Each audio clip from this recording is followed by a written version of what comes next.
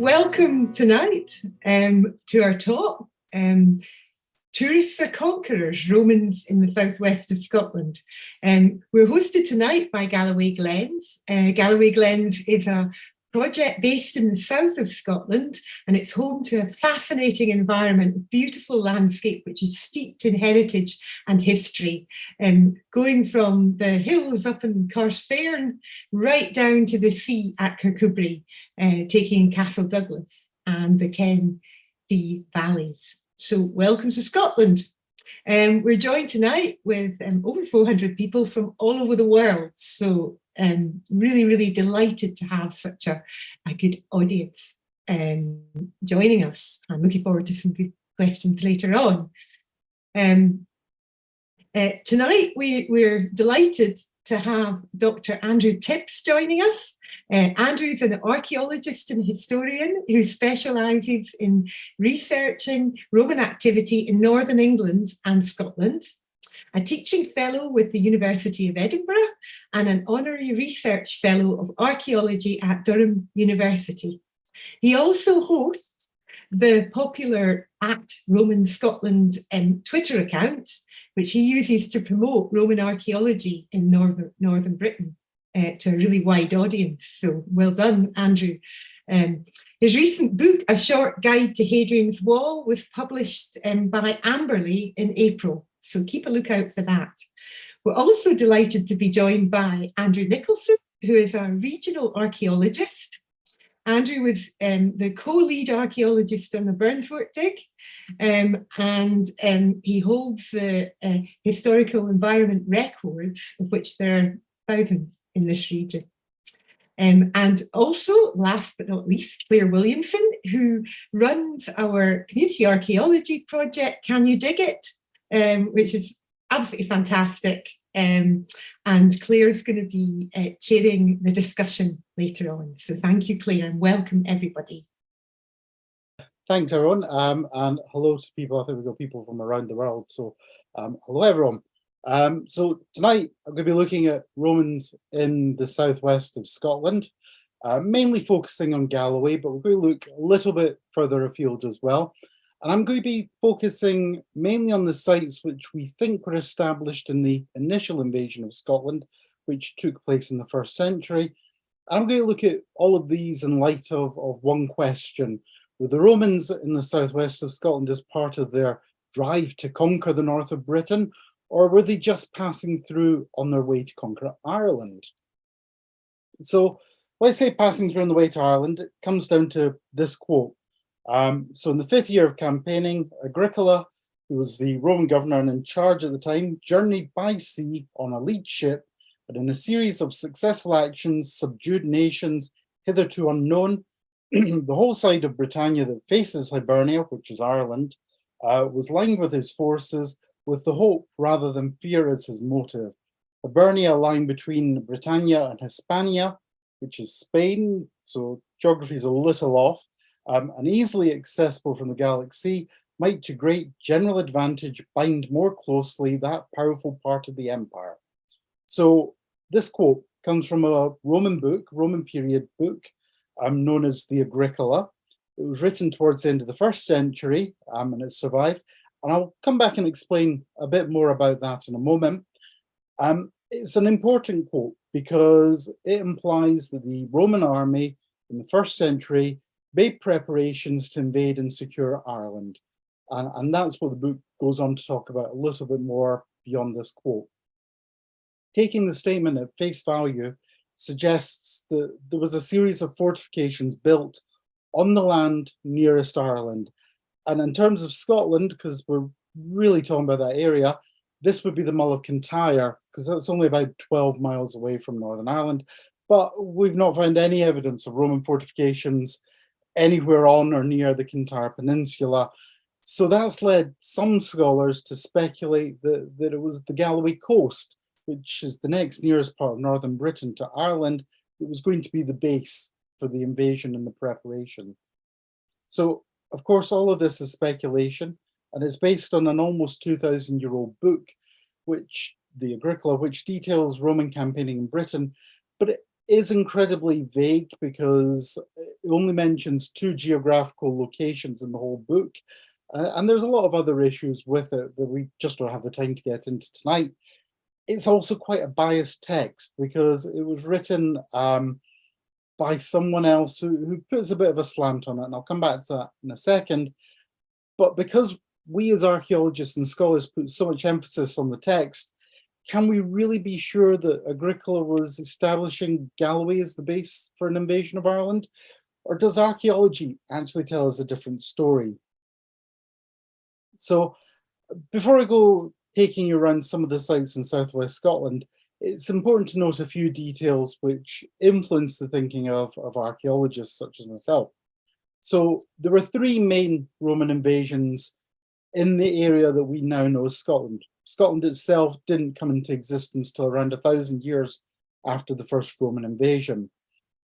In earlier Roman times, the very beginning of the invasion of Britain, the main part of Britain, which was under Roman rule, was known as Britannia, and the north was often referred to as Caledonia. And so as I was saying, there's 3 main Roman invasions of Scotland, and the first one took place in the 1st century during the reign of the Flavian emperors, Flavian being their family name.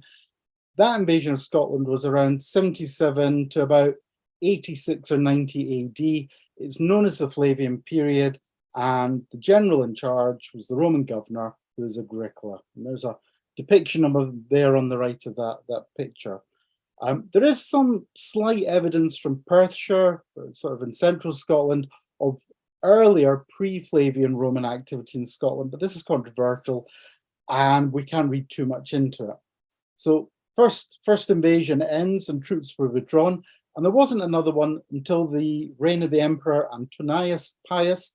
He reigned around 139 to 165 AD, and he abandoned Hadrian's Wall and built his own wall across central Scotland, very roughly sort of between Glasgow and Edinburgh, very roughly.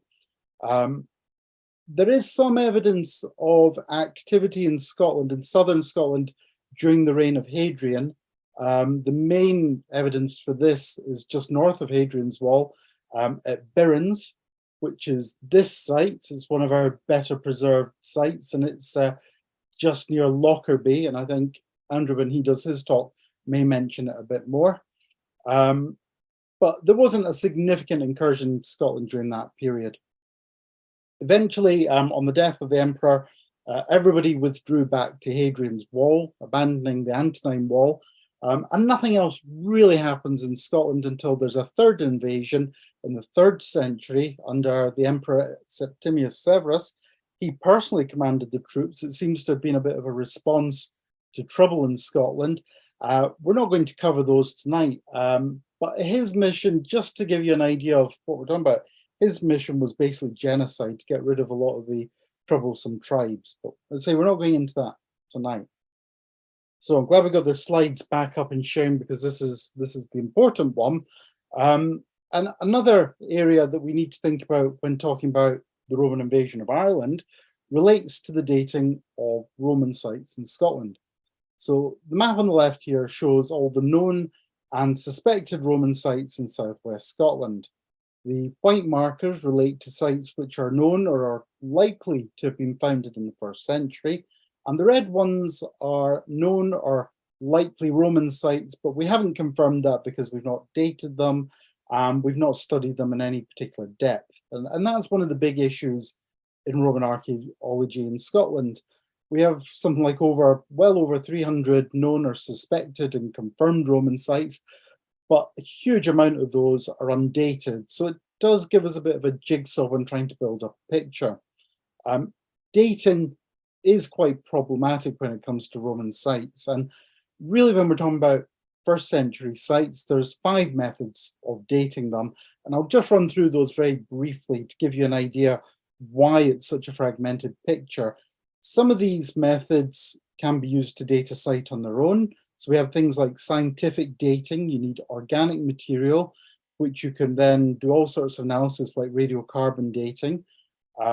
That gives you a pretty good idea of a time frame for when a site was founded. Of course, you generally need to be excavating to find that organic material. Some of the Other methods we use are finds, so pottery, glass, coins. They can give an indication of when someone has been at a site at a particular time and they've dropped something. The third sort of method that we have is looking at the entrances to Roman fortifications, primarily camps, so sort of temporary encampments that they're staying in for a brief period of time. There are different designs of entrances to these, and these are in use at different times. So they can be used to help data cite. So the image on the top right there are some of the different designs of gates or entrances that you get in Roman camps. The next method, I think, is probably best described as morphology, and it's very similar to how we use entrances to date. So, but it applies to the overall shape or style of a fortification. So not all Roman sites are square or plain card shape, and they're not all the same size. So scholars have attempted to group sites together that are similar sizes or have similar design features and believe that they belong to a particular campaign or a particular construction detachment that's building camps or forts throughout the landscape, and saying that these were all built by the same people, helping to try and date it if you combine that with another method. The final way we tend to date Roman sites in Scotland is proximity, and it's the least secure method. It's based on assuming that if we have one Roman site and we know or think we know what period it dates to, then it's quite possible that an adjacent site, because quite often you get multiple fortifications built in the same location, it's believed that they could date to the same period. So if you have a Roman camp and a Roman fort next to each other, the belief is that they are potentially of the same period, but it isn't particularly secure, and you do need corroboration from a different method to start to get a good idea of the date. It is important to understand the dating because it explains why we have so many undated sites on the map. So all those red dots. So it's quite a lot of Roman activity that we don't know when it was taking place. And it is particularly important when we start thinking about when Agricola brought the army to Galloway and if he was using it as a base for the Irish invasion.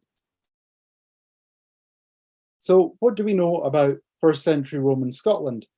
We do know quite a bit, as you can see from the map on the left. Those are 96 locations that have been identified as being active in the first century, and in some places there's more than one fortification. So there's actually over 120 Roman forts, camps, fortlets in Scotland.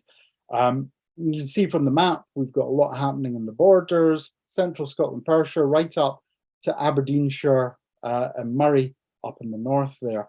But down Dumfries and Galloway, there's a lot less going on.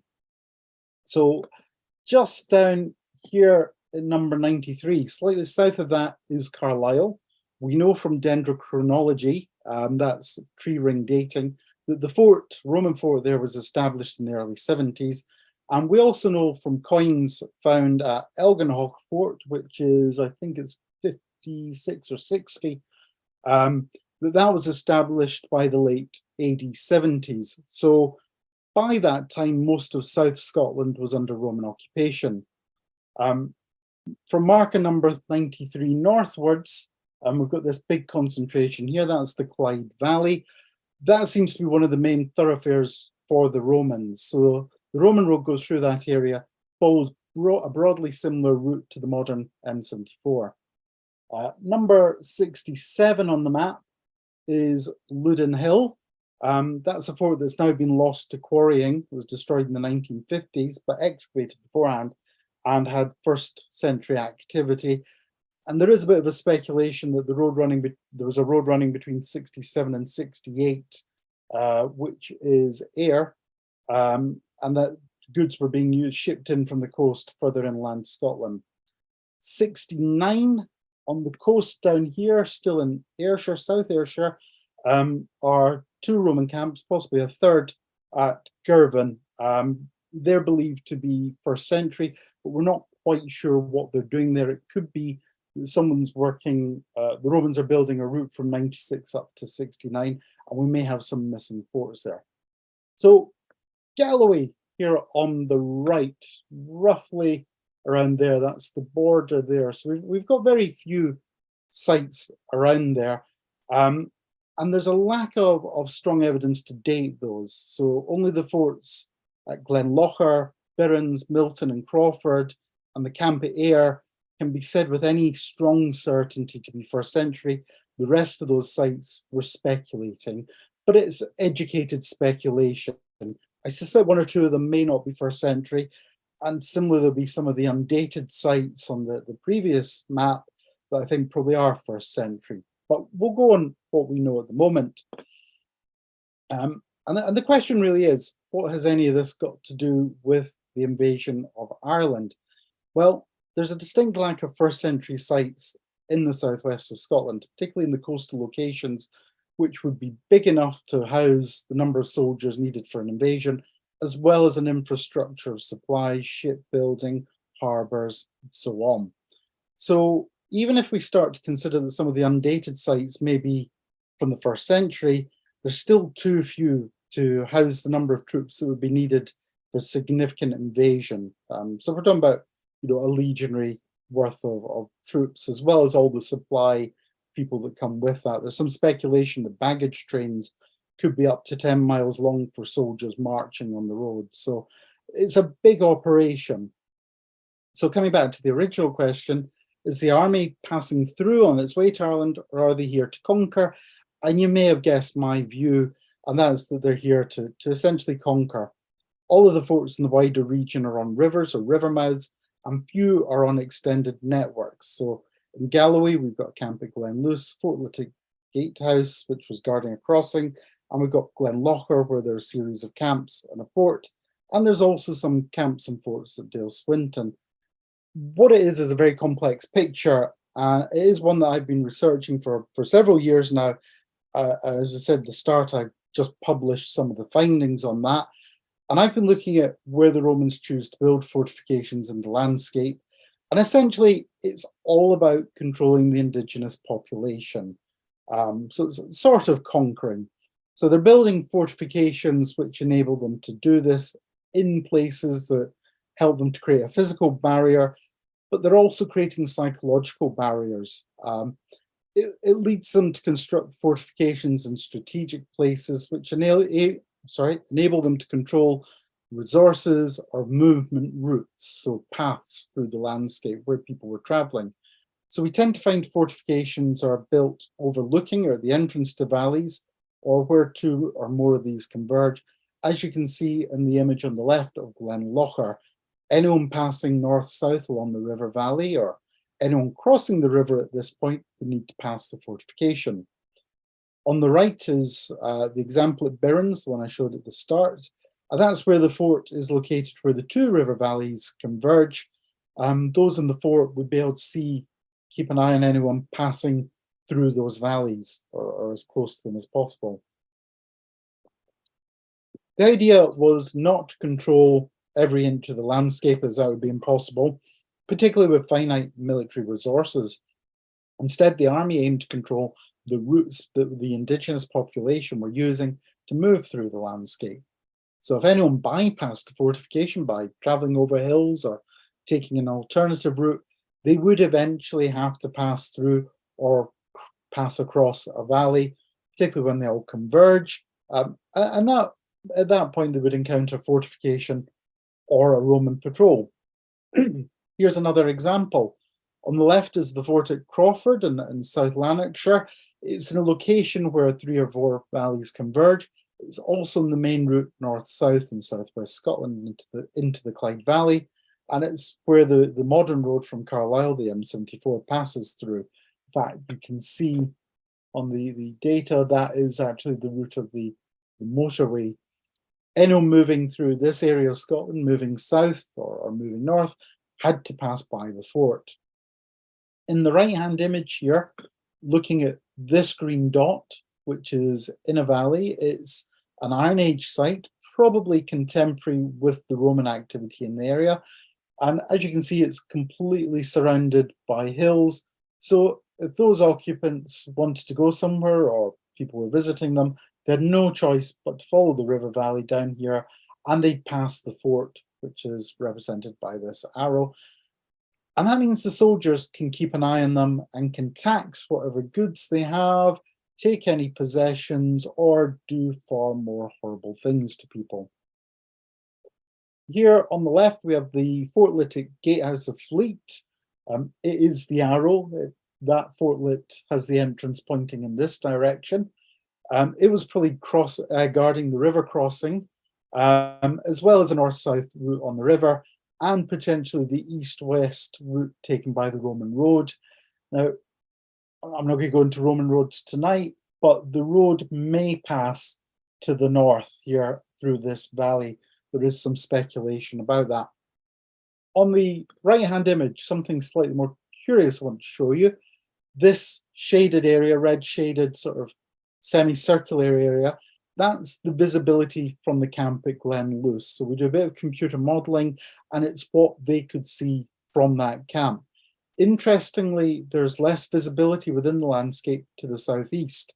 So for those in the camp, what was more important was the visibility of the Firth, the Solway Firth, and the river mouth, and to a lesser extent the valley to the east where the Roman road ran. That's where the A75 runs roughly up there, and the Roman road seems to run around there, possibly on the north side of that river. So just coming up to the end of this talk, and I want to show you ward law. Again, more on the Dumfriesshire side of things, is near Caerlaverock Castle, and it's very interesting for a number of reasons. So ward law, Roman camp is down there.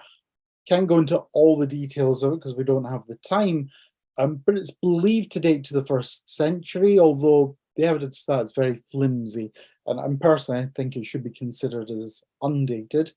There's also an undated fortlet fairly near Atlantinside. Now, some archaeologists believe that dates to the 2nd century Antonine invasion because it looks very similar to other fortlets. I think it's more likely that it's contemporary with ward law, because between the pair of them, they get an almost 300-degree view of the surrounding area between the two of them. So it's quite likely that they're working together. The main bulk of the soldiers are in the camp, but there's a detachment down at the fortlet which is guarding the river crossing. It's the River Nith. There's further fortifications upriver of that.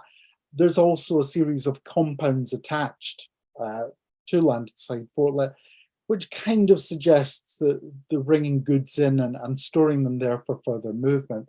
Whether that's further upriver or further overland, we're not sure. So coming back to my original question, did the Romans come through Galloway on their way to Ireland, or did they intend to conquer the area?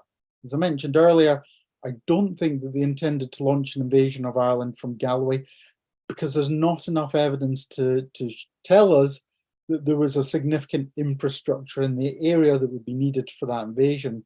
And that's quite important because Tacitus, who wrote the Agricola, does tell us that the troops were lined up and ready to go. And even if we take that with a pinch of salt, there are no harbours that we've discovered, Roman harbours. There's no major fortifications or supply bases or Roman settlements with people providing various services for the soldiers. So I suspect that if there was going to be an invasion and troops were sort of lined up, it was probably from the legionary fort down in Chester, so way down in central England, because there's a legionary base there. So there's already thousands of soldiers. There is a harbour there. There are ships, supplies, all that related infrastructure. And that had been in existence for probably at least 10 years before the Romans got this far and started building these forts. So I actually think the Romans came to Galloway with a plan of quelling some of the more troublesome natives. We've not had time to go into any of that tonight. And that once the area was pacified or conquered, I think those words have big connotations and imply lots of violence that we haven't found in the archaeological record. Maybe not yet, maybe it is a bit more passive than we tend to think. But once that was done, the area would have been absorbed into the empire. just like they intended for the rest of Scotland and what was happening in southern Scotland. So that's been quite a quick look at some of the Roman sites in southwest Scotland, along with some of the issues that we have with the data and our overall understanding and how limited it is. The picture is a lot more complex than I've been able to explain. And we know at this period in time, as archaeologists and scholars and all that, there does need to be a significant amount more research. I know there are people doing some of this, but we need to do a lot more to better understand the relationship and what's going on. And I haven't even had the time to tell you about lots of the other interesting sites. So there's a fortlet at Bladnoch by Wigton in the middle of nowhere, probably more than a day's march from the other nearest sites. There are a number of other suspected fortlets and fortifications. And of course, I've not had any time to talk about the research which is being undertaken into charting the line of the Roman road through the region. And I should say that some of the data we've got comes from Canmore, the National Historic Environment Record in Scotland, which is a great resource. It is a bit limited and out of date. So quite some of these roads that are appearing on this map probably aren't quite right. And there's other pockets that are probably more accurate. So lots of issues and challenges, but I hope that gives you a better understanding of where we are. I'll do a little plug for a few things now. If you want to learn more about Roman Scotland, my book Beyond the Empire is available. Amazon, Robert Hale publishers, and local independent booksellers, particularly in Scotland, have it. It is available internationally. As I said at the start, I've just done a book on Hadrian's Wall. It doesn't really mention Dumfries and Galloway. That's a bit available from the usual outlets. And what's probably more relevant is the book I've just written, Facing the Enemy, which a lot of the analysis today is taken from that. It's available from BAR Publishing. I'm told to tell you can get a 20% discount if you sign up to the mailing list. And final plug, I'm giving a talk tomorrow evening for the Roman Roads Research Association on rivers and roads in first century Scotland. There's a link to sign up on their page. I think it's still live till tomorrow morning. So some people might be interested in that. It's a little longer than this, so I can go into more detail. And can I just thank Galloway Glen's partnership and Claire and Jan and Digit and everyone for giving me this chance to speak to you. So thank you. Andrew, thank you so much. That was absolutely fascinating. And I think it's just sparked even more curiosity and even more questions. So I can't wait to read your books as well. Thanks. Now, I think Claire's got some questions for you before we move on to Andrew Nicholson. Would you like to share some questions with us, Claire? Yeah, what I'll do is I'll do a couple because there's been quite a few, but Jan and Bruce and everyone can let me know when to stop. And then we'll carry on to Andy because we can always come back to the remaining questions. But there's been a few links getting shared. Yeah, there's so much information there, Andrew, so that was perfect, including to the Roman Roads Alliance, which everyone can use that link to go and search for the talk that's on tomorrow night. And Andy earlier on shared something for the Tacitus Agricola text as well that you can read online. So have a look in the chat for those questions. So we've got Michael was asking what is the red dot near Wigton? So I think that must have been one of the earlier slides. Yeah, so that I haven't got that one to share because then we stopped sharing, but I'm just double checking, and that will be Bladnoch, Roman fortlet. And we know nothing about it. It's never been fully investigated, but it is quite a curious and interesting site. And it's next to a distillery. So, if you go visit it, you can combine it. Not that it's interesting, but, No, that sounds perfect. Sue was asking, are there any traces left now of the Antonine Wall? Which I could kind of answer, but I'll let the expert answer. There's plenty to see along the Antonine Wall. It's great. Rough Castle is probably the best site. It's fairly in the middle near, where's it near, Claire? What's the name of the town? Bonnytown? Bonnie. Oh yeah, maybe for rough Bonnie cast. Bridge. Yeah, Bonnie Bridge maybe. Bonnie yeah. Bridge, isn't it? Yeah. Yeah. Plenty to see. I would recommend my book Beyond the Empire.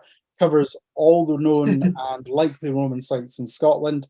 There's also the Antonine Wall guidebook originally by Annie Robertson, and it's just being updated at the moment. So I think there might be one coming out, new version coming out shortly. I'd recommend that. No, that sounds perfect. Yeah, it's a strange one, the Antonine Wall, because you don't go to expecting it to look like Hadrian's Wall, because it's a very different. It's more, yes, you're probably standing on it without realizing you're on it because it's very much more of grass. It's very different. So Hadrian's Wall's all stone in the most part. We'll keep it simple. It's all stone. The Antonine Wall was built out of turf. Some places that survives near Falkirk at Watling Lodge, you're about 10 feet high, I think. They've got a big ditch, so it is about 15 feet, I think, when you're in the ditch or something. Rough Castle, a lot of earthworks. It's not Hadrian's Wall. It's not as developed as some of the fort sites on Hadrian's Wall. So I always recommend people read up on it. Antoninewall.org is the official website. Great information there. Antonine Wall @Antonine Wall on Twitter. They're all very helpful, lovely team. Yeah, they're quite active. And am I right in remembering it was only 20 years or something it was in use for, the Antonine Wall? Is that right? It's probably around that. So around 140 for best part of 20 odd years, and then they withdraw. But we assume a lot of it is abandoned because Hadrian's Wall starts being refurbished. So it's all the time frames in archaeology are a bit vague, but yeah, it's about 20 odd years.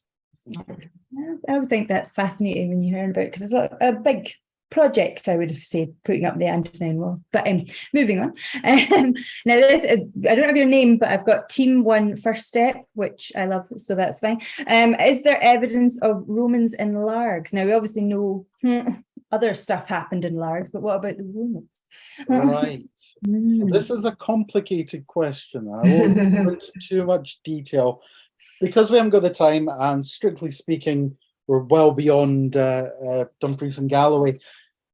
There is some anecdotal evidence of activity in Largs. There is an indication that a Roman road may run towards Largs. That goes from roughly where Greenock is, round across the moors down towards Largs. There is a Roman fortlet called Outerwards.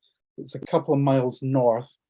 There's been some 2nd century pottery found on the beach, so it is out of context, so we can't read too much into it, but it was found on the beach at Largs. There's also some old antiquarians, I think about 17th, 18th century accounts of the women in Largs using Roman tiles to cook on, putting them on their fireplace because they retained the heat. Now, that could all be urban legend and stories, and there's a few other bits and pieces, but I would put money on there being something Roman at Largs, possibly to do with the Antonine Wall, because it's not just the wall, there are outer fortifications like we have on Hadrian's Wall going down the Cumbrian coast. So probably, but we can't prove anything. Yeah. Oh, okay. Oh. Watch this space. And then we've got Eleanor asks, it sounds like Romans are expected to build forts as bases for invasion. Is this normal for them? So they have different types of fortifications that they deploy depending on a whole host of challenges and issues. They seem to be coming into areas in North Britain and they build camps, which are temporary fortifications, and then they build permanent fortifications to really secure an area. There is some evidence, it's in my book, that they're building some camps which act like forts. So they're not just being occupied for a couple of nights. They're actually being used to secure an area, and then a fort is built to replace the camp. A camp, quick, easy to build. So they are building fortifications when they come into areas and invade. And if you remember that slide I showed of the 1st century sites, goes all the way up the coast towards Inverness, up in the far north of Scotland. Those are all temporary encampments because part of campaigning. The army is withdrawn from Scotland, so they never have the chance to build the forts. So they use a variety of methods. Thank you. Thank you. Mark is asking, where are the non-Roman forts near Glenlocher, please? Do we know near? So I'm not quite sure if you're meaning the camps, which aren't forts. They're sort of dotted all around Glenlocher. They're primarily, I think, to the north of it. You wouldn't notice in a field. I think even to my trained eye, and I've looked at a lot of these things, I can make out a slight ridge of the camp. You can see from the road. The fort is behind you. It's a bit more prominent. And it's all in farmers' fields. They'll be in crop, have animals, but you can see some of it from the road. But not something I'd recommend anybody made the effort of going there deliberately to have a look at them. There's just not enough to see if you don't know what you're looking at. No, thank you. I'm going to jump over to a question that came up in the chat from Gerard. Given the substantial military effort, did the Romans gain much materially or financially from being in Scotland? Seems like an astonishing reach by the empire. Was there an uneasy coexistence, and was conquering all of Scotland ever realistic? There you go. Those are lots of questions. Yes. Remind me of this, right?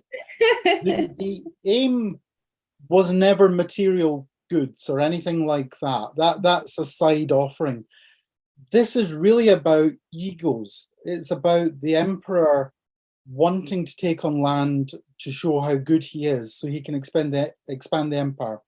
So the model the emperors tend to use is Julius Caesar and Augustus, who came and conquered new lands. They were brilliant. They built what became the empire. The later emperors, that's their yardstick. So if we can take on a new bit of land, we look great, we get the prestige. That's basically it. Apart from Severus, who's taking out trouble. What was the next part of that question, Claire? Oh, I know. I've scrolled to look for the question. Right. Okay. So yes, was there an uneasy coexistence, and was conquering all of Scotland ever realistic? So those are two kind of parts. Conquering all of Scotland, very realistic. These are the people that moved from a small town in Rome and took over the known world as it was. Western Europe, bits of Africa, bits of Eastern Europe, all that. Scotland was a pushover. They campaigned in the Sahara, in the desert. They campaigned over the Alps. You know, Scotland was nothing, but there wasn't much here for them. You know, you get the prestige of it. You're not getting much of the material goods to make wholly worthwhile. There's some written evidence that says the slaves and hunting dogs, I think it was. So, you know, would have been conquerable, would have been completely easy. Was there a peaceful coexistence or not? And that's a very complex question. The Roman text, the Agricola, says no. The archaeological evidence says maybe. Some of the latest theories say, yes, there was a coexistence. So, and this comes from a site called Castle Orr, which is, I think it is just over into Lanarkshire, or maybe the edge of Dumfriesshire. And there was an analysis of the farming and the relationship with the Romans. Bottom line is, you come into a new area, you need to supply your troops with food. Some studies have said that they're taking the food from a 500 square mile radius around a fort. Humongous area. Either way, they need those supplies. If you kill your farmers, you've then got to restock those farms. You've got to then supply men to do it, and your men are better off campaigning. That is primarily what you're paying them to do. So I think there's a lot more of a coexistence. Whether it's peaceful or not, a lot of the evidence from archaeology sites is not violent. There's not a huge amount of attacks on them, but then would you go to a British Army camp and attack it? Not unless you've got a very fundamental ideology. So there may be some things, but the archaeological record doesn't make it look as bad as Tacitus is saying. But that's all a caveat, because we don't know everything about every site. So, you know, there's more advantages to everybody if there is a peaceful coexistence, however uneasy that might be. Now, this is a perfect slide into our second speaker this evening. I will ask everybody's questions at the end, so don't worry. Thank you so much, Andrew, for that. That was amazing. And we will put you to the test again, so don't get too relaxed. But for now, I'm going to hand you over to Andy, who's going to show possibly a different side to what the relationship may have been like, and he's going to talk us through some of the archaeology and material culture left behind in Dumfries and Galley. But thank you, Andrew, and we'll come back to you in a wee bit. Right, moving on from Andrew, I shall leave Andrew behind in the 1st century and move into the 2nd century to look at the site of Burns Walk by Lockerbie. Burns Walk is an Iron Age hill fort. There's an earlier Bronze Age cairn on the site, but it's primarily known as an Iron Age hill fort, well known for the 2 Roman camps straddling either side of it. There is the South Camp, aggressively positioned halfway up the slope, and the North Camp, which is set much further back from it. And we conducted a project there between 2013 and 2018, examining the current archaeology of the sites. The site's been looked at for many years. It was excavated by Barber and Christensen in the late 19th century, and more particularly by George Joby from Newcastle in the 1970s, who did some excavations within the Roman South Camp and across the ramparts and in the interior, shown by the black areas on this plan. And during the course of the excavations there, they have found a number of items of undoubtedly military origin. There is 1 Roman sword found over by the North Rampart, a series of Roman sling bullets, that's the funny acorn-like objects in the top right, some trilobe arrowheads in the center, and a dozen or more large stone missiles. So there's been evidence for Roman military activity in and around, and particularly on top of the hill. The stones probably came from a Roman ballista, and the slings from Roman are lead missiles associated with Roman slingers. The project started with some initial metal detecting around the site with a group of metal detectorists. And as a result of which, we found a large number of metal signals, over 2,000 of them, around the areas of both the Roman camps, all the way around on top of the hill fort, and all the way around the base of the slopes of the hill fort. In particular, we were interested in the lead signals. Identification from the previous excavations had shown that 97% of lead found on all the excavations prior to our works were lead sling bullets, with only 3% of lead not being sling bullets. So we were particularly interested in the distribution of the lead. And as you can see from this illustration, there's a cluster in the North Camp. There's a group in the South Camp, particularly along the North Rampart and curving around to the west of the fort. And then there's a large group on the fort itself. You'll notice a particularly empty area with small tree signs. That's an area of woodland in which metal detecting was not possible. What we were looking for primarily are Roman sling bullets. These are 3 of the types of sling bullets that we have found in and around the site, particularly the top one. The top pair are from a group colloquially known as acorns because of their shape, whereas the middle group are a group known as lemons, particularly on their shape.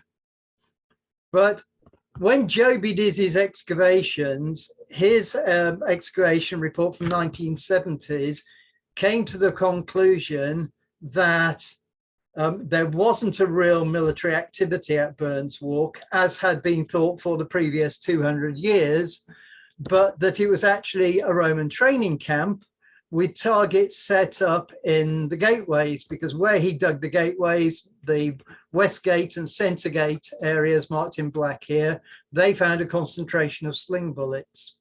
He'd also identified that the stone rampart on the hill fort had collapsed prior to the Romans arriving there, because the sling bullets were found on top of the collapsed rubble. But to an extent, Joby's theory was self-fulfilling. He only excavated in the gateways, so that's where he found all the sling bullets. He didn't have access to modern metal detectors.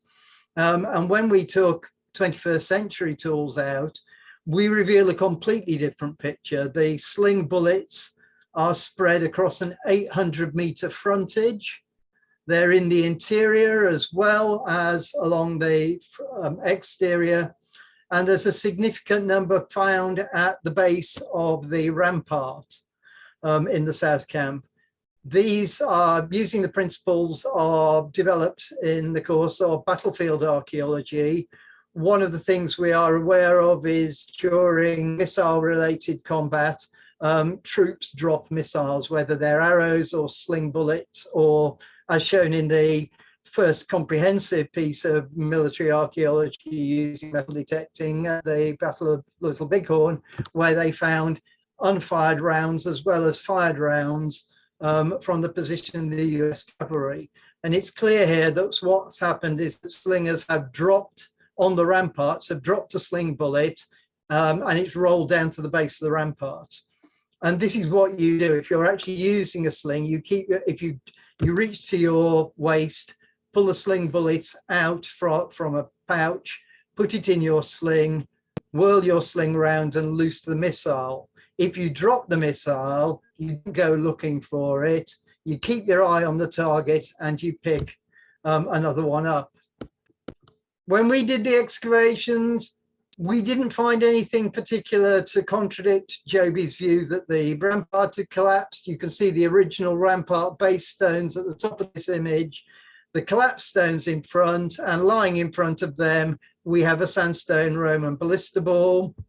To give you an idea, that's the size of it. This is not a siege weapon. This is an anti-personnel weapon, probably accurate to between 200 and 400 meters. But this was actually designed for taking out individuals rather than being seen as any sort of particular siege item. This is a group of the sling bullets that were found at the base of the rampart on the South Camp. The rampart is to the left here, and these are all ones that are trickled back down the slope afterwards. In the North Camp, we've actually found a cache which we only partially excavated, but this is the largest cache of Roman lead sling bullets from anywhere in the Roman Empire across any time period. There's about 380 in this particular group, but we deliberately only half excavated it to leave the other half available for excavations in the future. Overall, we've metal detected over 800 sling bullets, and we've excavated another 586. So we have the largest group of Roman lead sling bullets from any site within the Roman Empire, and particularly any battle site. As a result of the works, we've recategorized the typology of Roman sling bullets. Originally, only two sorts were known. The type 1s, the lemon-based ones, and the type 2s. We've now added type 3, which have a hole in them, type 4 are biconical, type 5, and type 6, which for posterity's sake, we've named as capsular, and I had to disappoint my colleagues by telling them we weren't allowed to call them minion-shaped sling bullets. We've also done analysis on the large number that we've got has now allowed us to do analysis on the weights of sling bullets, and we can see a particular average, a particularly heavy grouping in the sort of 40 to 58 gram range, with another group of larger sling bullets. But we've also done analysis, isotope analysis on the lead, and in this, the Burns Walk sling bullets and the ones from the nearby Birrens can be seen as a little red group in the lower left-hand side, but they're all very tight. They're all showing the same lead signature. And this is unlike distributions we get from other sites, which show a different admixture of lead. And what it indicates is that the lead from Burns Walk, whether the sling bullets are found in the North Camp or the South Camp or on top of the hill fort, and no matter what shape the sling bullets are, they are all showing exactly the same lead characteristics, indicating they come from a single source and were almost certainly contemporaneous with each other. And this is the first confirmation we got that the two camps at Burns Walk are probably contemporary and are contemporary with an occupation phase at the nearby permanent fort at Birrens. We've had mathematicians doing works on the arcs and the trajectory.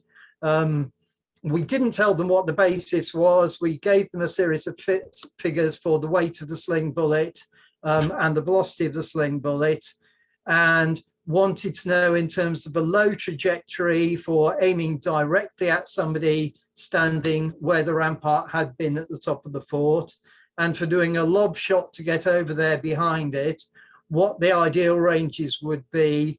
And it turns out that mathematicians who knew nothing about the archaeology, when they did their figures, they came up with a 20-meter zone where which was the ideal place for the missiles to be coming from. And the northern rampart of the South Camp is within that 20-meter zone. So I don't think it's at all accidental that the South Camp is positioned where it is. We've also done tests on the penetrative ability of sling bullets. This is one happily sitting some 15, 16 centimeters into a block of composite ballistic gel. So we've looked at a number of factors. We've looked at the sling bullets. We've looked at the camps. This is the South Camp in the top half and the North Camp in the lower half. The hill fort is set between the two, but you'll notice in both cases, the rampart on the site facing the hill fort is much larger and more substantial than the one set all around it. So they do seem to put particular emphasis on defensive sides towards the hill fort. When we look at the gateways, particularly on the South Camp, they are much, much wider than normal gateways. And there are 3 gateways on the north side of the South Camp, as opposed to the usual one, all of which seems to emphasize getting a lot of men out there in one direction in a short space of time as possible. And whistling sling bullets. These are smaller sling bullets. You could have put 3 in a pouch at a time, but they have small holes. The holes don't go all the way through. They're designed so that the air can pass over the hole in the fashion of a whistle. And we have done tests with the BBC that show that these bullets actually whistle and have a Doppler effect while they're moving through the air. And as we've said, if it's a training camp, this is a psychological weapon. This only works on human recipients who can hear the sound. What would be the point of using a psychological warfare whistling missile at a static target? It's completely pointless.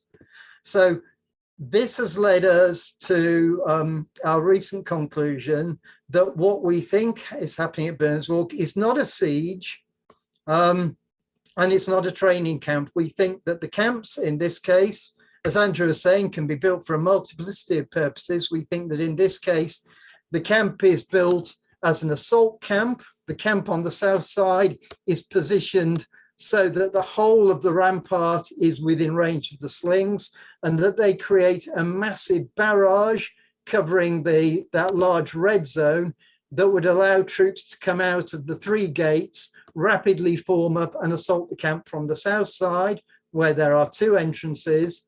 On the north side, there's only 1 entrance, and the North Camp, set further back, can cover that area to cut off anybody trying to retreat out of it.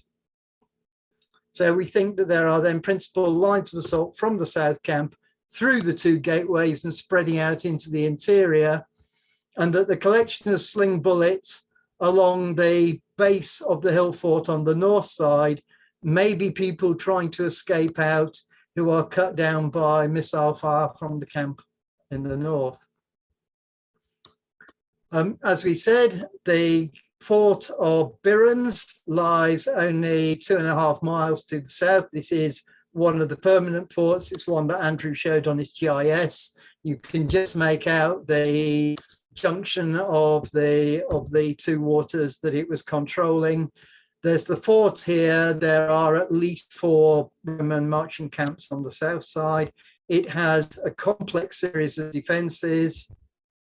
It was excavated partly in the late 19th century, and we have plans for the interior. And we think that, and more importantly, it has 3 of those acorn sling bullets, and they're from a tightly dated, stratigraphically dated layer that is late Hadrianic or early Antonine in date.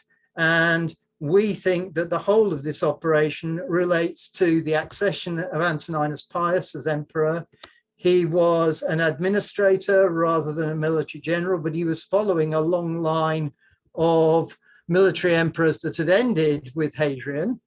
And as Andrew said, that there were various needs for the Romans to come in, and Antoninus is trying to establish himself as emperor to show that he is following in a tradition. He needs a victory. There have been major revolts in the Near East. The troops in the Near East have all been exhausted. About half of the Roman legions got rotated through the Bar Kokhba revolt in the 130s. By the time you're getting to 140, Antoninus launches an invasion of Scotland at the other end of the empire. And we think that the activities at Burns Walk may well be the opening shots of the Antonine campaign. As we said, apart from the camps, you get the permanent forts. Here's the port at Birrens, but geophysics has shown that it has an annex with a civilian settlement associated with it. You can see the Roman roads in yellow there. And the one that heads in the direction of Burns Walk is the one heading out through the gap in the defences to the north of the annex. But we can see that there are property frontages and probably shops and other things providing facilities for the troops. There are, for instance, a number of altars known from Birrens. We have an altar to Minerva in Dumfries Museum and another one to Haramala. And most interestingly, we have an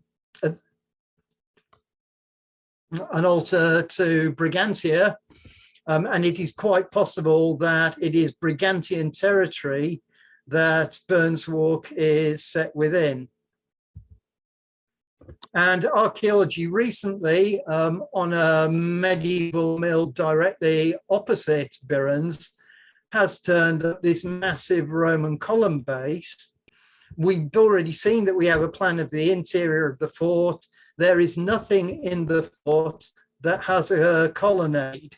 So the most likely context for this Roman column base is a temple, as yet undiscovered, but maybe one of the temples associated with the number of the altars that we've actually found that are known to come from Birrens. Also from Birrens, we have this gravestone. And the interesting thing about this is that the gravestone to Afutianus is actually been set up by his wife. And we have to remember with the forts as more permanent installations than the camps, that it's not just the active military who are there. They do have families, whether they've come with them or whether or not they've married locally. But we have evidence for a wife erecting a tombstone. We also have from Birrens a piece of soft hematite, which is a cosmetic. It's actually probably used for rouging cheeks or as a lip gloss. We have wine strainers. And we also have this Charles Ring, this one's actually from the annex over at the camp at Dalswinton. So when we're thinking of Romans and the Roman military, we mustn't just think in terms of the legions and the auxiliaries. Now, this is, in my role as council archaeologist, I also run the council's historic environment record of over 35,000 sites in the region. This is our most up-to-date plot of the Roman features within Dumfries and Galloway. As you can see, compared to Andrew's map, there are a number of small differences. We do have the fortlet and at least one camp at Bladnoch, shown just to the side of Wigton. And we do know from aerial photographs that at the site at Glenluce that Andrew mentioned, the road actually passes to the south of the Roman camp. So whereas until a decade ago, we had thought that the Roman road followed the line of the old military road, subsequently replaced by the A75, probably crossing the Cree at Minigaff, now we think that they may have crossed over the Cree between Wigtown and Cretan. It's certainly fordable. When I used to live in Wigtown, I chatted to some old boys down the pub who used to walk over to Cretan to go to wakes. So we know that if you know the tides and you know the route, it's perfectly easy to walk over there. And it may be that the Roman road actually passes in a more southerly route in the Macas now than we thought maybe a decade ago. We have the crossing points Andrew had noted about the river valleys. You can see the primacy of routes going up the river valleys here. We've got the one that runs up the A7 route up through Langham into Scottish borders. We have the one that follows the line of the current motorway up through the Annan Valley, and we have one going up through the Nith Valley into Ayrshire. We also have the main Roman east-west route. It turns off at Lockerbie, passes north of Lochmaben, goes close to Murderlock, which I had seen mentioned in one of the questions. Murderlock is actually set up on the side and probably controlling the Roman east-west road. There's a large Roman camp at Amisfield before you get down to Dalswinton, which is where the Roman road crosses the Nith. And we can still see evidence for the Roman roads. Mostly, a lot of the time, they're lost under modern roads. But in this case, in Annandale, you can see in the 19th century, mid-19th century, the modern road takes a dog leg to pass over the newly built railway line.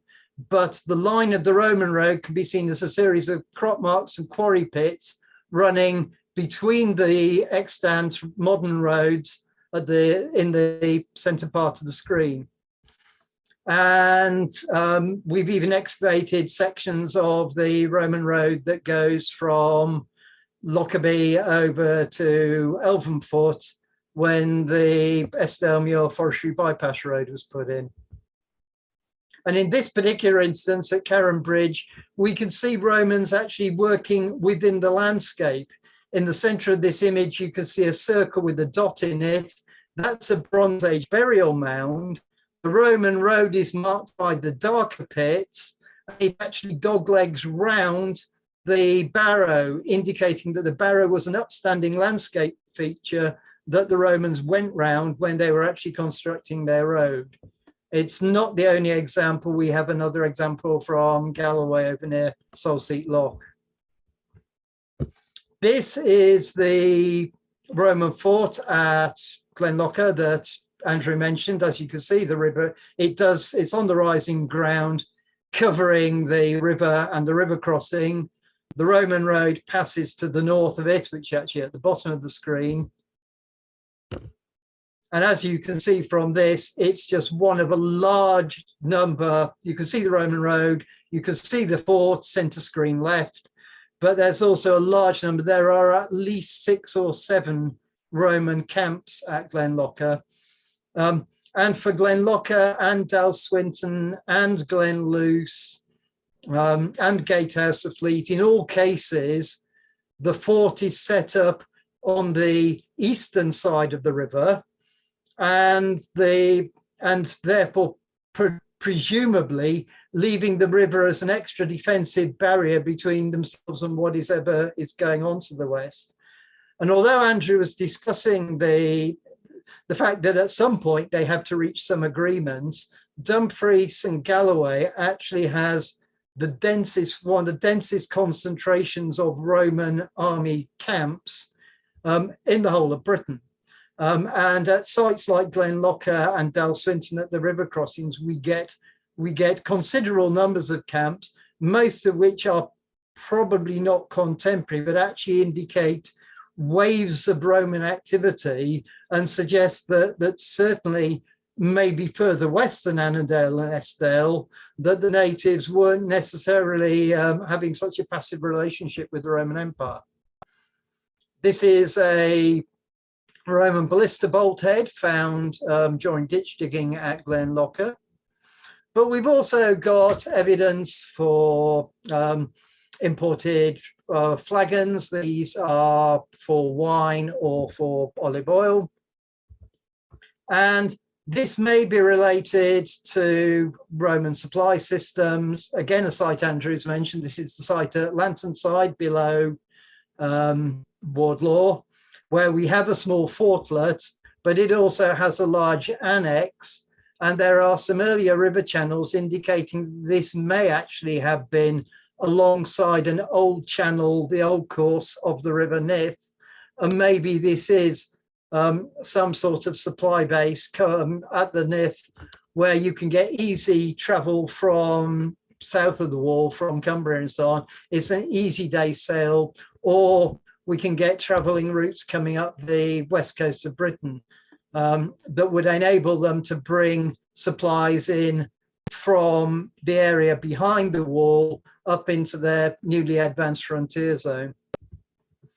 And we get things like this. This is 2nd century black burnished ware pot from a Roman fortlet at Barbara Mill, subsequently destroyed by quarrying, which is why it was excavated.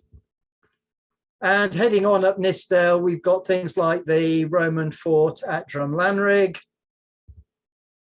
which Time Team and Wessex Archaeology did some geophysics on. This is, again, controlling part of the route, another crossing point for the Romans crossing over the River Nith, and also controlling the route up and down the Nith Valley. And it extends all the way over. This is one of our best preserved earthworks. This is the little fortlet at Durrisdeer, guarding the Durrisdeer Pass. You can clearly see the road line on the other side of the valley, but the road line passes up the valley. There are, where the woods are in the background there are two more massive Roman marching camps just at the foot of the pass before the Romans are passing through to head up through to Elvenfoot and Crawford. So that's the extent of Roman activity. We do have clearly some evidence for military activity. We have a large number of camps. The most long-lasting legacy is there are the Roman road routes. As an incidental, all of our Viking trade weights that have been found, with the exception of one at Whithorn, our other Viking trade weights have all been found within half a mile of the Roman road system.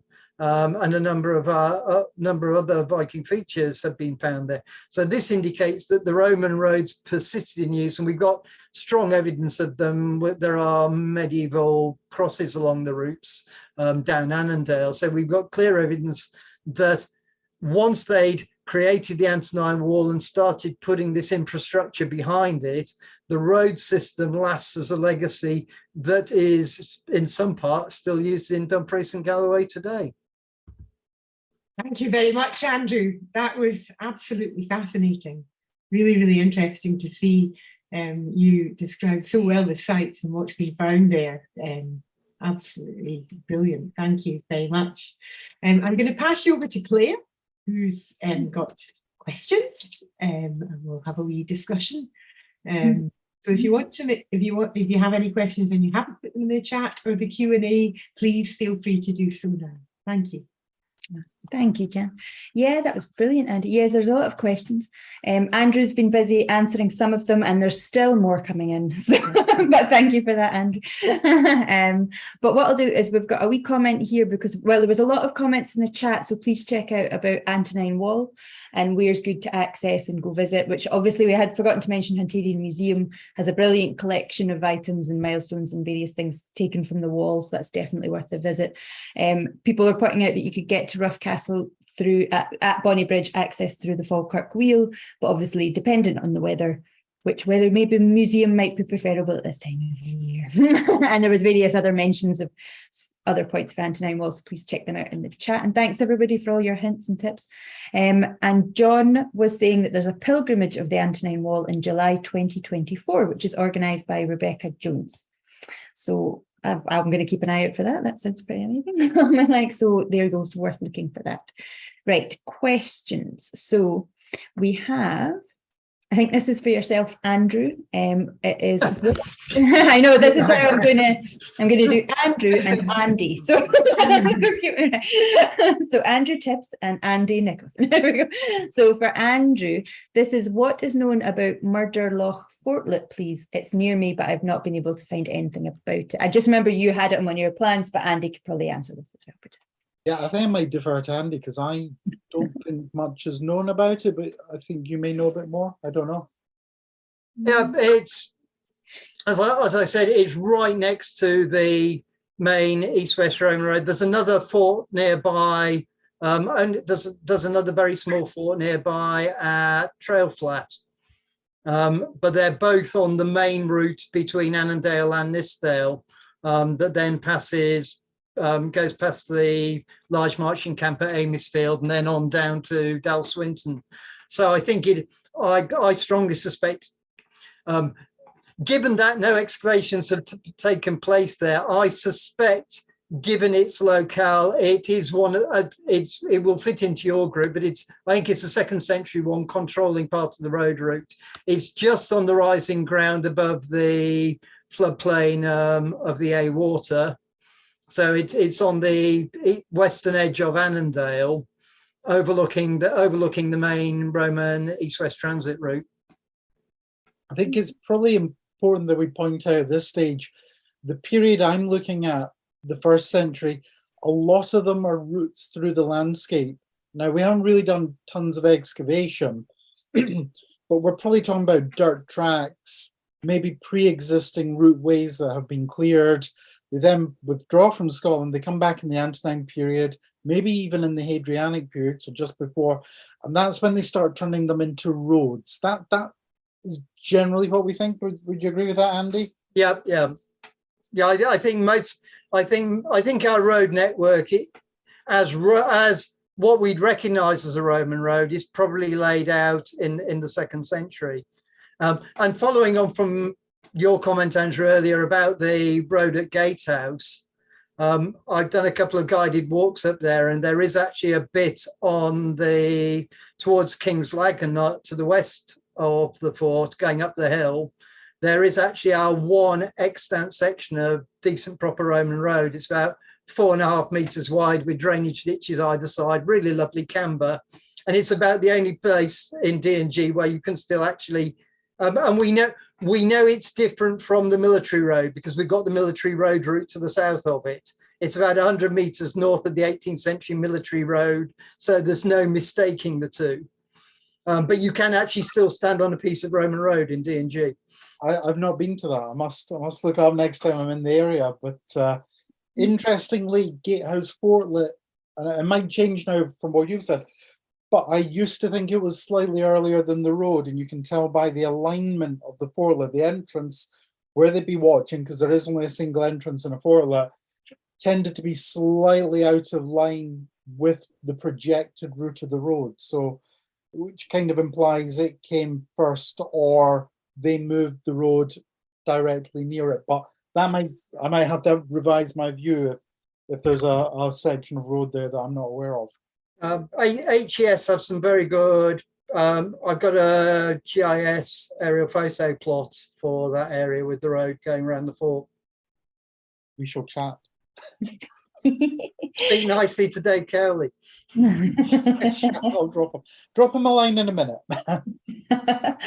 Well, we can hold on for a wee bit after and share more information. That's perfect. Thank you. So thank you very much for that question. I think that came in from Malk, which might be short for Malcolm. And next we've got David asked, am I right in thinking that there was a possible Roman marching camp discovered in Northern Ireland, or have I got that wrong? That was from David. Any? No, I think there's a lot of urban legends about Ireland. There was a lot of Roman trade. Do get Roman goods turning up. I think what you're probably referring to was worked out as a Viking camp. So a lot of Viking camps share some very general similarities with Roman sites, and they can occasionally be mistaken by people who are not necessarily experts in what Roman camps really look like. Oh no, that's helpful. Thank you. Noreen, who I think I've responded to, was asking about where to get more information about Ayr or Girvan camps. But just in general, I would say that when you're looking for Scottish sites, you can always use Canmore or PassMap, and that will have a lot of information. They access the same things. Canmore is all about the national, it's kind of the national example of the historic environment record. And so it holds everything. But then separately, usually each kind of regional area will have its own HER, which is the thing Andy has. So if you were able to search Dumfries and Galloway historic environment record, you should also be able to come up with a map that lets you search through all of the sites that have been found in D&G, and you can click on for more information. For the Ayrshire sites, that would be WOSAS, West of Scotland Archaeology. West of Scotland Archaeology Service. WOSAS, if you look them up, they've also got an interactive map for finding out more in the Ayrshire region. But usually every region will have a similar thing. You just need to generally search council and archaeology, and you should be able to find something. If you go onto PassMap rather than Canmore, you can actually load up. You can click the side buttons and put both Canmore for the national record and the local historic environment record, if there is one for the region. You can click them both, so you actually get the benefit of both worlds. Yeah, no, and that is also, PassMap just works as an interactive map, but yes, like Andy says, it's got a lot more on it, and it can be a bit easier to search. I think sometimes Canmore, you have to search by terms, words kind of thing, rather than being able to look at a map and zoom in. Perfect, thank you then. And so then there's a question from Alison and Dick, which is, what is the furthest north the Romans went, and do you anticipate any more significant sites remaining to be discovered? So they, in the 1st century, they get as far as potentially a place called Belly. It's all sort of more Elgin, up in Elgin. We do have written records that said they circumnavigated Britain. So they certainly got very far. We've got an account of the Emperor Septimius Severus when he did the 3rd century invasion, of standing on the edge of Britain, noticing the days were longer in the summer than they were in Rome. So archaeologically, we think he got as far as Aberdeenshire. He may have gotten further, but certainly Aberdeenshire. So they do get quite far. Yeah, no, perfect. Thank you. Oh yeah, do you think there's more significant? Oh, yeah. Yes, definitely. I mean, just look at the map of Dumfries and Galloway. There's a lot out there, and there's 1 or 2 places that we anticipate there being more sites. The Roman camp at Ayr was suspected for about 300 years. It was only discovered in 2017, 2018. And that was completely by accident when they were building, I think, a new school or an extension onto the existing school, and started finding things. We just found one 2018 again, I think. Place called Mill Timber up on the River Dee, so just outside Aberdeen. So plenty of places. Some of the work I've been doing is looking at a bit of a tick list of the ideal site, so we can start to target it. It's just having the time and the money to do it. A lot of our archaeology is now developer funded, and that's how Mill Timber was the Aberdeen Bypass, Ayr was the school. It's people going into a site and doing other work, and as part of that they have to excavate, and that's when they find these sites. So and there's a few other things out there. So sadly, a lot less speculative work that I sort of do, and a lot more of the developer work that you guys, my co-hosts. But I mean, in my 20 years of running the HER, I've found 2 Roman forts and at least 1 Roman road, and we've just had, yeah, and I'm not a Romanist, but I'm working with air photos and LiDAR data and other things. But also we've got an ongoing research program run by Edinburgh University in the area at the moment that's just turned up a 3rd and potentially 4th Roman camp on Middleby Hill to join the 2 we already knew about.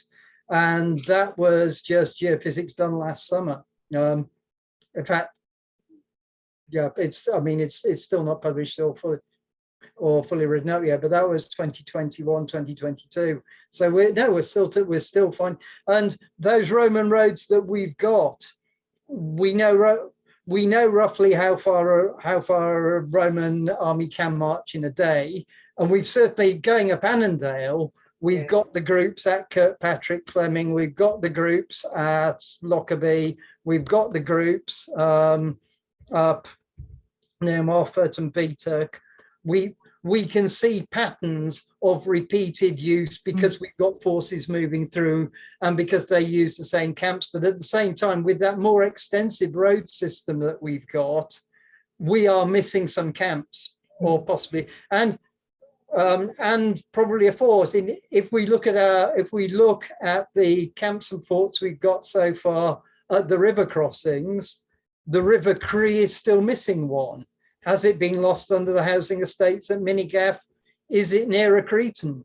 Depending on which of the routes is more valid. But there we know from the road lines that there are gaps where we have at the moment we have one at Gatehouse and we have one at Bladnoch, and logically there could be one in between given the terrain. So no, we have areas where there are known blanks, where we would expect to find more, but we do find them in unexpected places, like the Bladnoch one. Andrew, I was going to say, talking about blank spaces in Annandale, I was brought up in a little village called Womfrey, and as a child in school, we were told there were Roman camps at Womfrey, there was Roman roads going down through the valley and things. So I'm interested to know whether that might have just been hearsay, or whether that's probably true, but it hasn't been researched. The Roman camps are, the Roman road is under the modern road and runs up through Newton.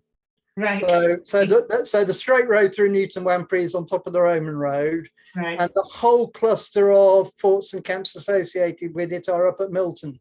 Right. Yeah. Perfect. Yeah, that's great. Thank you. So back to many questions. We also have C. Lloyd made a comment about freshwater pearl mussels were supposed to be a draw for the early Romans, but they're not sure if that was an urban myth though, although somebody else did say that it appears in Tacitus chapter 12. Anybody know anything about Romans and their freshwater pearls? It's, again, Tacitus mentions a lot of things. The Agricola, which is the 1st century account, was written by someone who wasn't on the campaigns. It was written by someone bigging up the general. It was his son-in-law that wrote it. So there is a lot there, but when you consider the size of Britain, the resources available, they're only listing 2 or 3, and there are other Roman texts that list what was available in Britain. So yeah, there most probably was freshwater mussels, pearls, oysters, whatever. We know that mussels were a huge diet in Scotland up until the 19th century, when the mussel beds were overfished. You've got Musselburgh just outside Edinburgh in East Lothian. So, you know, big resource. These days it's a delicacy. Back then, you know, oysters, mussels, 10 a penny sort of thing. So quite possible the Romans were excavating them. It's the sort of thing that until probably the past 20, 30 years, when what we call bioarchaeology, looking at things like this, became a real science that was adopted in archaeology, it's something that's probably been ignored for decades, centuries, when they find mussels all over the empire. These days, we can do scientific testing that I think now determines the most likely place they come from. So it's about our knowledge becoming better, about more information being available. The more work we do in one area, the more we can bring it into another area. But these things take time and resources. So yeah. I think I went off tangent there quite a bit. No, it was perfect. No, that was absolutely grand. Gerard asked, were the Romans able to manufacture munitions on site, or did everything have to be transported from a munitions base elsewhere in Britain or from further afield? We've got, certainly with the Burnswalk munitions, we know that the lead comes from Southern Peak District, Forest of Dean area. And we've got no evidence for on-site manufacture. I believe Oxford Archaeology have recently been looking at a site south of Hadrian's Wall in Cumbria that they think might be what the equivalent of a military distribution centre, taking material that's probably come up the coast via Ambleside and so on. There are parallels for there's a couple of sling bullets similar to our Burnswalk Birrens group from Ambleside, as well as a couple known from Carlisle. So it does look like that they may well be manufactured off site and then brought up via a Roman military supply route. But they certainly seem to have had them to hand when they came to Burnswalk. Given the quantity that we found, it wasn't a case that they invested the site and then produced several thousand sling bullets. I think that they came up there with them by the cartload. Perfect, thank you. So, and back more specific Burnswalk questions for yourself, Andy. We've got ones about the lead bullets, lead slingshots. Andy, have you yourself ever tried slinging the bullet slinging? I remember they were doing some at Burnswalk, some experimental. And then also I'll join in with that, and I will probably pronounce this wrong and I apologize now. It's Aliyah or Aliyah has also asked if there's done any experimental archaeology regarding the slingshots, or are the mathematical calculations enough to go on? Now, before you answer, Andy, I put a wee link, which I'll copy over for that question, there was that YouTube video, that was an American man that did it. No, it's that Jörg Sprav, the German chap on the slingshot German, channel. that was it. I remember there was an accent. I got the wrong one. But yes, I'll share that. I've shared it on the chat, but I'll send it. That's quite classic. No, I mean, oddly enough, I'd actually done a fair bit of slinging in a before I went to Burnswalk. Yeah. I've been slinging for some years. I can use one. And yes, we've done all sorts. I mean, one of the questions that was asked, frequently asked, was why did we find so many at Burnswalk? We know that the Roman lead industry was a state-controlled imperial industry. Most of the ingots that we get in Britain have military stamps on them and so on. And it's a valuable resource. But one of the experiments we did was to take several hundred sling bullets and Melrose Rugby Club's training grounds, and we sprayed our sling bullets with bright orange road marker paint. And training rugby pitches are flat, they have nice short grass. We were interested in recovery and loss. It was one of the things that we were examining. And even on a flat rugby pitch, with your sling bullet sprayed day glow orange, the recovery rate is only between 8 and 10%. You just lose the others. And if we hadn't had a metal detector with us to go and do it, we'd be injuring Melrose Rugby players still, I suspect. But no, even though we did everything possible to make it as simple as possible, And we could still, with eyes only recover 8 to 10% of the sling bullets. So the idea that and once you're in rough terrain like Burnswalk, even if rough terrain is just long sloping grass, once you dropped it, you've dropped it. That's it. So no, we've done works on the stopping power. My project partner is Dr. John Reed, whose day job is senior radiologist for Borders General.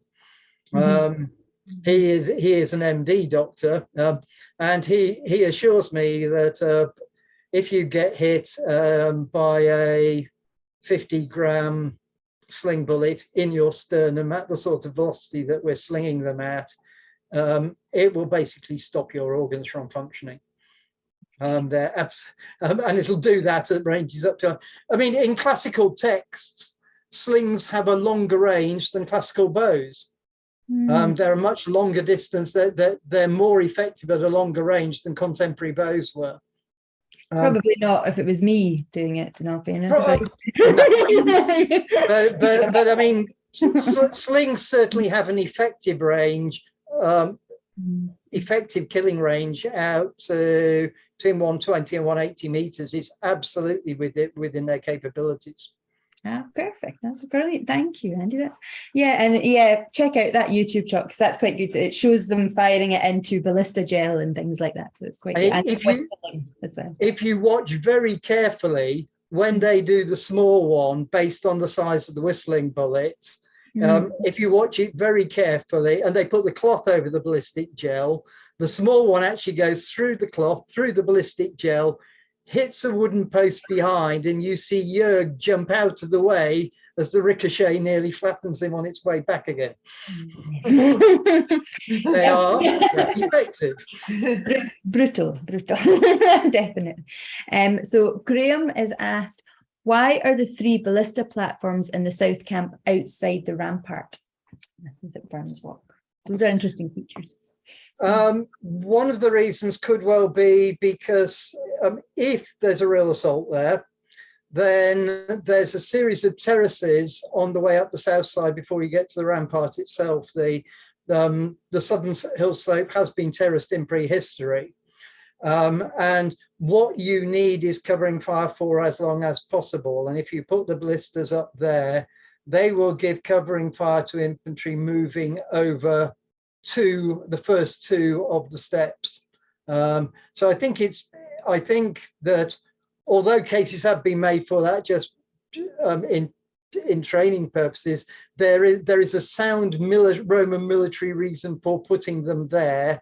In that if you put them further back, you wouldn't be able to provide the area for which of the infantry approach for which you could give close support covering fire would be reduced if you brought them back within the interior of the camp. Okay, that's interesting. Thank you. And Michael also brings up a very good question, actually. Why did the Hill Fort defenders allow the camps to be built? Because surely while the Romans were building them, they were vulnerable to attack at that point because it would have taken.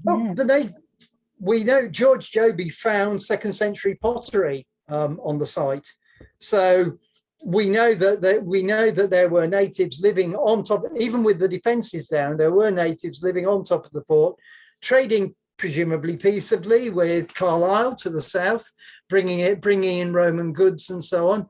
They weren't necessarily expecting them. The Romans could throw up a camp like that, literally ready for an overnight camp. They can do it on the march.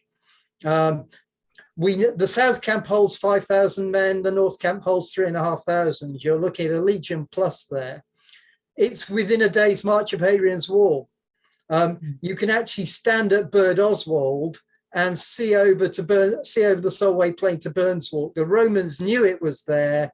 They knew that they couldn't pass up the Annan Valley and leave it unsecured on their immediate flank. Militarily, it is always an objective.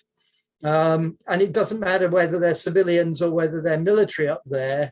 You want that secured and in your hands if you want to pass up the Annan Valley. There is a second fortification on the summit that may well be 17th century in data, but it's still there for exactly the same purpose. It's there to control the passage of people and military up and down the valley. It's always been there. There's even a Second World War observation point on top of it. So they knew it was there. It's certainly within a day's hard march of there. But if you'd set up at Birrens, you'd have time. If you were setting up and camping in one of the camps to the south of Birrens, you're only 3 or 4 miles to the south.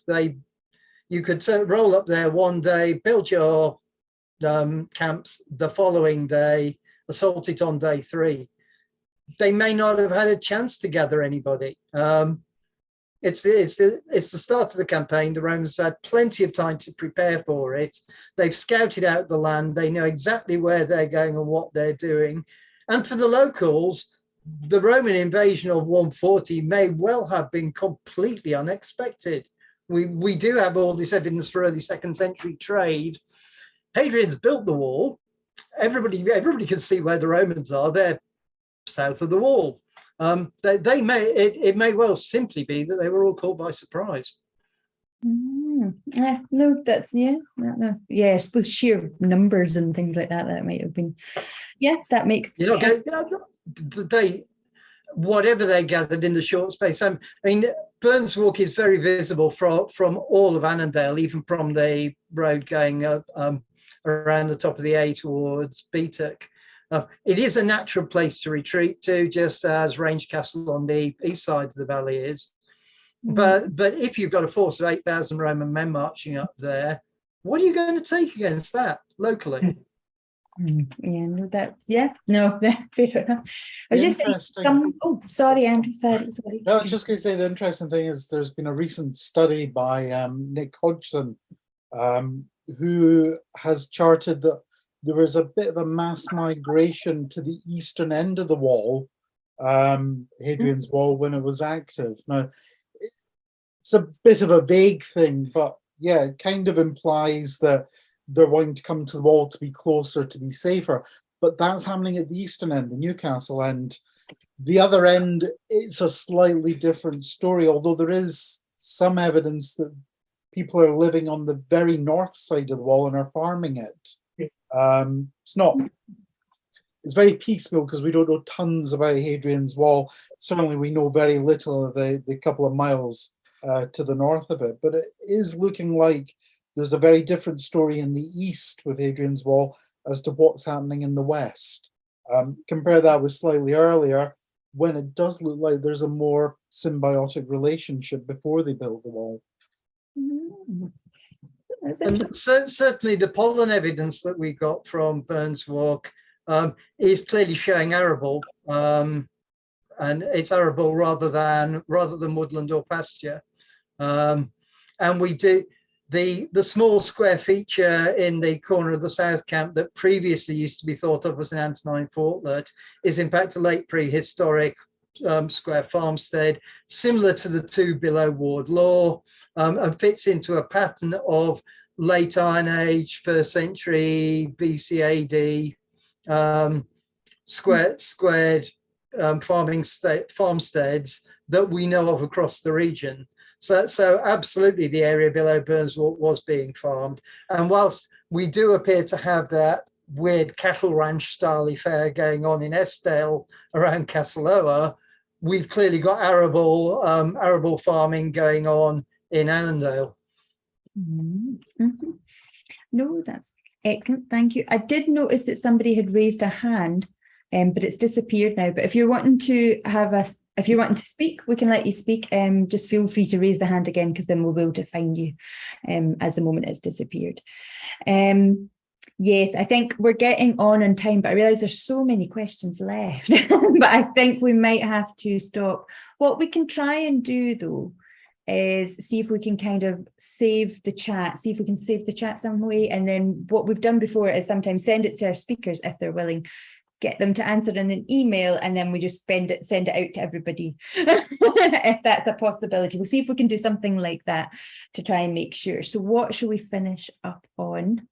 I think I saw something about the indigenous, because obviously we've talked so much about the Romans. How about we talk about the indigenous forts? Because I noticed a couple of questions was, were these indigenous forts in defence from the Romans? Was that why they were there? And also somebody said, what would the indigenous people have been using to defend themselves? Because obviously we heard about the slingshots. What would be coming back at the Romans, I suppose? Yeah. Anybody? In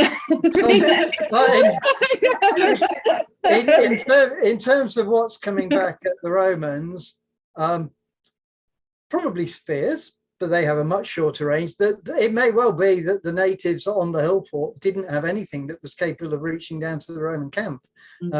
There's no particular evidence for the use of bows in warfare by British within the Iron Age. We knew the British used slings, but they used sling stones rather than slingshot.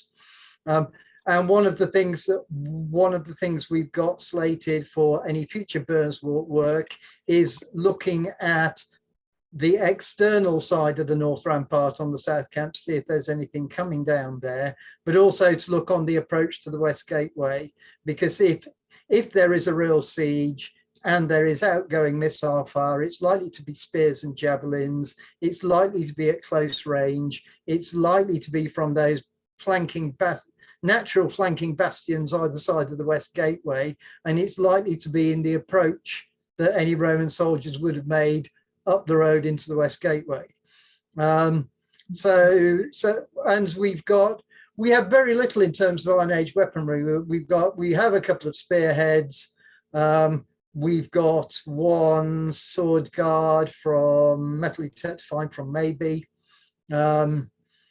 But even when you look at big hordes like the Iron Age Carling work, Loch Horde and so on, very little showing up in the way of weaponry around here. But what would the natives have been using? Primarily spears, javelins and swords. Absolutely nothing to compare with the sheer volume of Roman ranged weaponry. Okay, thank you. That is the difference. You're talking about a professional army. Mhm. And you're talking about people that have the occasional skirmish with their neighbours in the next hill fort. Well, I'm saying that probably a lot wider. So there may be battles. We've got some Roman stuff saying there's battles, but the evidence isn't screaming out for it on the ground. Could be that we haven't found a lot of it.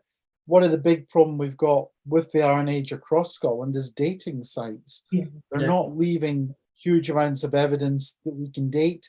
There aren't a huge number of recent excavations, and I say recent as in the advent of a lot of scientific dating methods. So Dumfries and Galloway has a humongous amount of forts, whether they're hill forts or coastal promontory forts. We assume a lot of them are contemporary with the Roman period. We don't have the evidence. Even Burns' work is lacking a lot of evidence of activity in the 1st century, although it's the sort of site you would expect to be heavily fortified in the 1st century. But I don't think there's, Andy, you'll correct me, I don't think there's much there that implies anyone was living there. No, I mean, we found evidence on our excavations for the earlier an earlier turf rampart that was presumably timber one, and looking at the dating we have got, and we've got one reasonable C14 date, somewhere around 200 BC, they replaced the timber rampart with the stone one, but the stone one is clearly collapsed by the early 2nd century. We've no idea, because of the, as you say, the scarcity of dates within datable events. We are quite happy. What we are calling the missile event at Burns Walk. All the missiles leave the camps and go on to the hill fort at the same time. They're all composed of the same thing. And by not only look at the carbon 14 dates we've got, which are all the useful ones are mid-2nd century, but also with the 3 acorn sling bullets that are very tightly stratigraphically dated from Birrens, and which are from we've done the isotope analysis on them as well. They are the same sling bullets as the ones at Burns Walk, and that is late Adriatic, early Antonine. But between 200 BC, when the stone rampart goes up, and somewhere in between 130 and 160, when the missile event takes place, we've no idea what's going on in between, other than finds of imported 2nd century pots round the roundhouses. Oh, perfect. Yeah, and we've had lots of information being shared tonight. Remember, this will get recorded and put up on YouTube, so you can always double check all of the many things that we've got going on.